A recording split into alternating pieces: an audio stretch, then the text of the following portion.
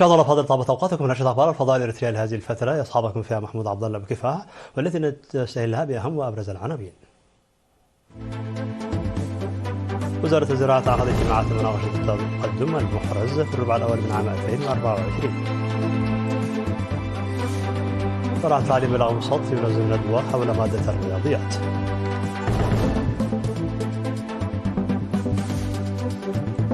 تنظيم الأسبوع الرياضي والثقافي للطلاب في مديرية هيكوتا. الولايات المتحدة الأمريكية توافق على سحب قواتها من النيجر.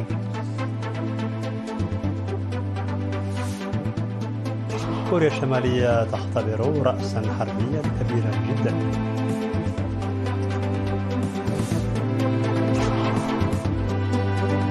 يريكان وباكو تتفقان على ترسيم الحدود في شمال شرقي آسيا.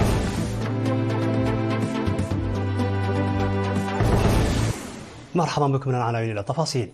عقدت وزارة الزراعة اجتماعات في أقاليم الأوسط وعنسبة والقاش بركة في الفترة من 16 وحتى 19 من أبريل لمناقشة التقدم المحرز في الربع الأول من العام 2024 وتقديم الخطة الاستراتيجية الخمسية. وركزت الاجتماعات التي حضرها أكثر من 400 مشارك من بينهم وزير الزراعة وحكام الأقاليم ومدراء المديريات وكبار المسؤولين والخبراء الزراعيين على 5 برامج هي تنمية الأراضي وإدارة الموارد الطبيعية وتنمية المحاصيل وتنمية الثروة الحيوانية والتنمية المتكاملة والشاملة، وكذلك تنفيذ المكتب المركزي لوزارة الزراعة استراتيجية الغذاء الآمن المغذي للجميع في كل مكان للفترة من عام 2024 وحتى العام 2028، والتي تشمل الأعمال التجارية الزراعية وبناء القدرات المؤسسية والبشرية.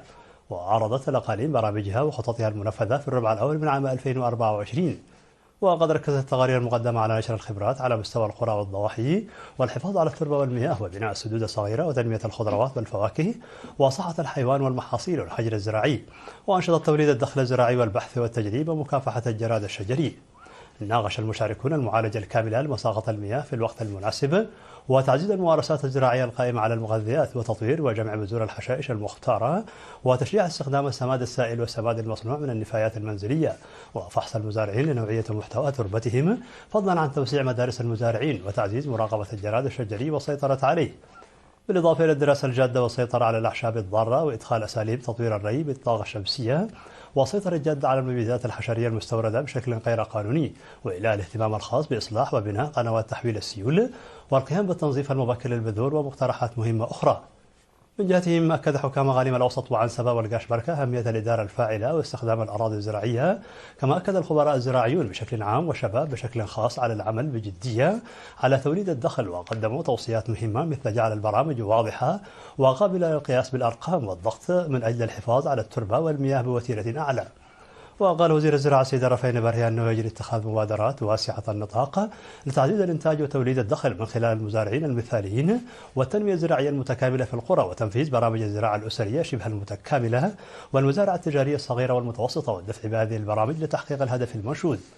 وأضاف الوزير رفين برهي أن الأنشطة التي تركز على الحفاظ على التربة والمياه مثل مبادرة التنمية المتكاملة للمحاصيل وتربية الدجاج المنزلي وتنمية البطاطا الحلوة وتوسيع خلايا النحل والمحاصيل المختارة والتنمية المتكاملة للقمح والذرة والأعلاف الخضراء واستخدام الأسمدة الطبيعية والمبيدات الحشرية وغيرها من الأنشطة ذات الصلة لتحقيق التغذية الآمنة للجميع ستنفذ في كل مكان. وحث الخبراء والمسؤولين الزراعيين وكذلك أعضاء الإدارات والمواطنين على الاجتماع بانتظام لتقييم ومراقبة هذه البرامج.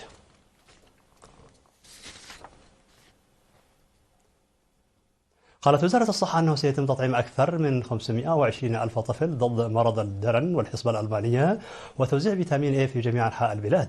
وقال رئيس برنامج التطعيم الوطني بالوزارة السيد تيدروس إحداغو لوكالة الأنباء الإريترية إيرينا أنه تم تكثيف الاستعدادات اللازمة للحملة والتي سوف تنفذ في الفترة من 27 وحتى 28 من أبريل، وسيتم التطعيم في 1267 نقطة تطعيم، منها 302 نقطة تطعيم دائمة و900 مؤقتة و65 متنقلة. وأشار إلى أنه تم تجهيز أكثر من 4000 مشارك، 40 منهم من وزارة الصحة و23% من الهياكل الإدارية، مشيرا إلى أنه تم اتخاذ الترتيبات اللازمة من حيث المرافق والتجهيزات. ودعا السيد تدرس إدارة الضواحي إلى العمل لنشر المعلومات للمواطنين وعلى أولياء الأمور أخذ أطفالهم الذين تتراوح أعمارهم بين 6 أشهر وحتى 5 سنوات إلى أقرب مركز تطعيم. هذا وقد وصلت نسبة التطعيم للأطفال الذين تقل أعمارهم عن سنة واحدة في عموم البلاد إلى أكثر من 98% بعد أن كانت 10% فقط في بداية الاستغلال. كما ارتفع عدد أنواع اللقاحات من 6 إلى 14 نوعا وفقا لوثائق وزارة الصحة. نظم فرع التعليم الإقليمي الأوسط ندوة يوم 20 من أبريل بقاعة إدارة الإقليم حول مادة الرياضيات وإيجاد الحلول الضرورية لنقاط الضعف السائدة في المادة. وقال رئيس الفرع الأستاذ بلاي هبتجابر أن هنالك العديد من العوامل التي يجب توفرها لتحسين الأداء الضعيف في مادة الرياضيات خلال الامتحانات الوطنية في الصفين الثامن والثاني عشر. وقال أن العنصر الرئيسي في هذا الشأن هو المعلم، داعيا إلى تعزيز المشاركة العامة. وأوضح الدكتور أقمام ميكائيل جبر مسخل من كلية ماي نفحي والدكتور تيدروس سيو من وزارة التعليم والمعلم محرتاب جبر سلاسي أن الندوة ركزت على نقاط الضعف والتحديات في منهج الرياضيات بشكل عام، وأكدوا أن المعلم هو الرائد الرئيسي في هذا المجال وينبغي إلى عملية التعليم والتعلم الاهتمام الرئيسي. ومن جهتهم حث المشاركون الطلاب على التغلب على الخوف وتعيين أعداد كبيرة من المعلمين في المدارس الابتدائية لمنح الطلاب أساسا قويا في مادة الرياضيات. وفي حديثه عن أسباب المشكلة وحلولها قال الأستاذ سامسون كبرعم من فرع التعليم في الإقليم الأوسط أن الورشة ستمهد الطريق للمزيد من البحث والدراسة، ودعا المعلمين إلى أن يكونوا قوة التقهير، كما يجب على أولياء الأمور تعزيز علاقتهم بالمدرسة لمراقبة أحوال أبنائهم. وفي الختام قال الأستاذ إبراهيم تخليه من قسم التعليم العام أن الورشة ستكون مسؤولة عن المستقبل وحث الجميع على المساهمة. نظم الأسبوع الرياضي والثقافي للطلبة والذي يقام في المدارس بالتزامن مع الخطة التعليمية السنوية في مديرية هيكوتا منذ الفترة من 12 من أبريل. وفي الحفل الختامي الذي أقيم يوم 14 من أبريل قال رئيس مكتب التعليم بالمديرية الأستاذ عبد القادر عبد الله أن الأسبوع كان مفيدا في تعزيز قدرات الطلاب واتجاهاتهم. وقال سيد صالح محمد حامد رئيس اللجنة الرياضية والثقافية أن الأسبوع شارك فيه 520 طالبا منهم 70 مدرسا من 14 مدرسة، وأشار إلى أنها تضمنت المسابقات الرياضية ومنافسات الابتكار والإبداع وبرامج تعليمية وثقافية. وفي الختام تم توزيع الجوائز على الفائزين على المستويين الفردي والمدرسي. وفي كلمته الختامية قال مدير مديرية هيكوتا السيد شيخ الدين الصالح أن محتوى الأسبوع والروح التنافسية التي ظهرت كانت انعكاسا لجودة المدارس، مذكرا الجهات الحكومية والمجتمع لتقديم الدعم اللازم من أجل تطوير التعليم. يقوم سكان إدارة ضواحي مديرية فرو بتنفيذ أنشطة تنموية واسعة النطاق بالتعاون مع أفراد قوات الدفاع في مجال الحفاظ على المياه والتربة بشكل عام وبناء الحواجز المائية والمدرجات وصيانة الطرق بشكل خاص. وقال قائد اللواء الملازم علي حيغو أنه تم إنشاء أكثر من 4000 متر من القنوات التحويلية للفيضانات على الطريق الرئيسي لمصوع عصب، وأكثر من 10,500 متر من المدرجات و3,153 متر من الحواجز المائية في منطقة أونغا. بالإضافة إلى ذلك تم إصلاح مباني مركز فرو الصحي والسوق وإجراء حملة توظيف وإعداد حفر لغرس الأشجار في مقبرة شهداء فرو بحسب وكالة إيرينا. وفي الوقت نفسه تم بناء غرف لانتظار الحوامل في مبنى مركز فرو الصحي، كما تم بناء منازل لاثنين من المحتاجين حسب ما ذكر التقرير. هذا وتقع بلدة فرو على بعد حوالي 46 كيلومترا من مدينة مصوع الساحلية. يقوم سكان 4 إدارات ضواحي في مديرية عدو خالة بإصلاح طريق جرفة السيول في موسم الأمطار يربط ما بين جسر ماي أبري وماي منيه. وقال السيد يماني كاسا مدير ضاحية عدي مخدة أن هذا العمل يعد جزءا من حملات التنمية التي يتم تنفيذها على مستوى المجتمع المحلي، موضحا تنفيذ العمل بشكل جيد حيث تم حتى الآن صيانة 10 كيلومترات. وقال سكان الضواحي الأربعة أنهم كانوا يواجهون صعوبات في أنشطتهم اليومية بسبب رداءة الطريق، مشيرين إلى قيامهم بأعمال منسقة للتغرير من تلك المشاكل.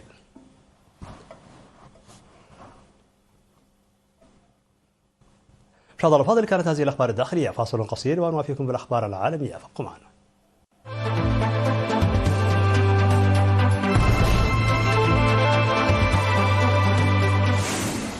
مرحبا بكم على الصعيد العالمي. وافقت الولايات المتحدة الأمريكية على سحب قواتها البالغة وما أكثر من 1000 جندي من النيجر، حيث يشاركون في القتال ضد جماعات مسلحة، وذلك وفق ما قاله عدد من المسؤولين الأمريكيين. وقد وافق كورت كامبل نائب وزير الخارجية الأمريكي على طلب سلطات ميامي سحب القوات، وذلك خلال اجتماع في واشنطن مع رئيس الوزراء النيجري علي الأمين زين الذي تولى السلطة عقب الانقلاب في يوليو الماضي. وذلك وفق تصريحات مسؤولون أمريكيون لوكالة الصحافة الفرنسية. وينص الاتفاق على إرسال وفد أمريكي إلى النيجر خلال الأيام المقبلة للاتفاق على تفاصيل الانسحاب. وعلقت الولايات المتحدة معظم تعاونها بما في ذلك التعاون العسكري مع النيجر بعد الانقلاب الذي أطاح بالرئيس المنتخب محمد بازوم. اختبرت كوريا الشمالية رأسا حربيا كبيرا جدا صمم لتحميله على صواريخ كروز استراتيجية وفق تصريحات وسائل إعلام رسمية، مضيفة أن البلاد أطلقت أيضا نوعا جديدا من الصواريخ المضادة للطائرات. وذكرت وكالة الأنباء المركزية لكوريا الشمالية أن إدارة الصواريخ في جمهورية كوريا الديمقراطية الشعبية أجرت اختبار قوة لرأس حربي كبير جدا مصمم لصاروخ كروز الاستراتيجي. وأضافت أن كوريا الشمالية اختبرت أيضا إطلاق صاروخ بيولوجي 1-2 المضاد للطائرات من طراز جديد فوق البحر الغربي لكوريا. وأشارت إلى أن هدفا معينا قد تحقق من خلال الاختبار دون تقديم المزيد من التفاصيل. وأوردت الوكالة أن كلا الاختبارين كانا جزءا من الأنشطة العادية للإدارة ومعاهد علوم الدفاع التابعة لها. واعتبرت أن هذه التجارب العسكرية لا علاقة لها بالوضع المحيط بالبلاد دون أن تعطي أي معلومات أخرى. أكد مكتب رئيس وزراء أرمينيا نيكول باشينيان أن أرمينيا وأذربيجان اتفقتا لأول مرة على ترسيم حدود الدولة في الأراضي التابعة ل4 قرى في منطقة تافوش شمال شرق أرمينيا. ووزعت اللجنة الأرمينية الأذربيجانية المشتركة المعنية بترسيم حدود الدولة في أعقاب اجتماع بيان صحفي مشتركا. وقال مكتب باشينيان لوكالة الأنباء الأرمينية الرسمية أرمن بريس أن هذا يعني أن اللجنة المشتركة رسمت على الخريطة الحدود التي كانت موجودة بين القرى المذكورة خلال فترة الاتحاد السوفيتي. وفي المرحلة المقبلة ينبغي توضيح هذه الحدود على أرض الواقع، وسيكون هذا حدثا غير مسبوق. وللمرة الأولى سيكون هنالك خط ترسيم بين حدود دولتنا في منطقة هذه القرى الأربع. في الخبر الأخير، أعلنت الصين تشكيل قوى عسكرية سيبرانية جديدة لتعزيز قدرتها على خوض حروب والانتصار فيها. وقال المتحدث باسم وزارة الدفاع وو كيان أن قوة الدعم المعلوماتي ستقدم دعما أساسيا لتطوير أنظمة شبكات المعلومات بصورة منسقة وتطبيقها. وأنفقت الصين خلال السنوات الماضية مليارات الدولارات لتطوير وتحديث قواتها المسلحة في ظل تصاعد التوتر مع الولايات المتحدة ودول أخرى من المنطقة. وقال المتحدث أن القوى السيبرانية الجديدة تمثل خطوة استراتيجية لإقامة نظام خدمات وأسلحة جديد وتحسين بنية القوى العسكرية الحديثة للصين. في نهاية نشر لكم تذكير بأبرز ما جاء فيها من عناوين. وزراء تعقد اجتماعات لمناقشة التقدم المحرز في الربع الأول من عام 2024. فرع التعليم بالإقليم الأوسط ينظم الندوة حول مادة الرياضيات.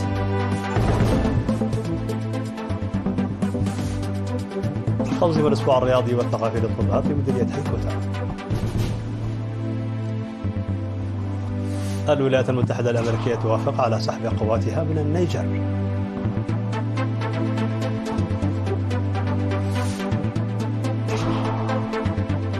كوريا الشمالية تختبر رأسا حربيا كبيرا جدا.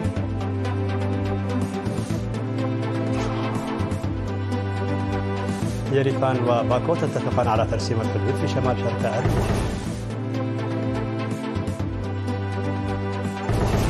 مشاهدينا الأفاضل، بهذا نكون قد وصلنا بكم إلى نهاية النشرة. شكرا على حسن المتابعة، دمتم بألف خير.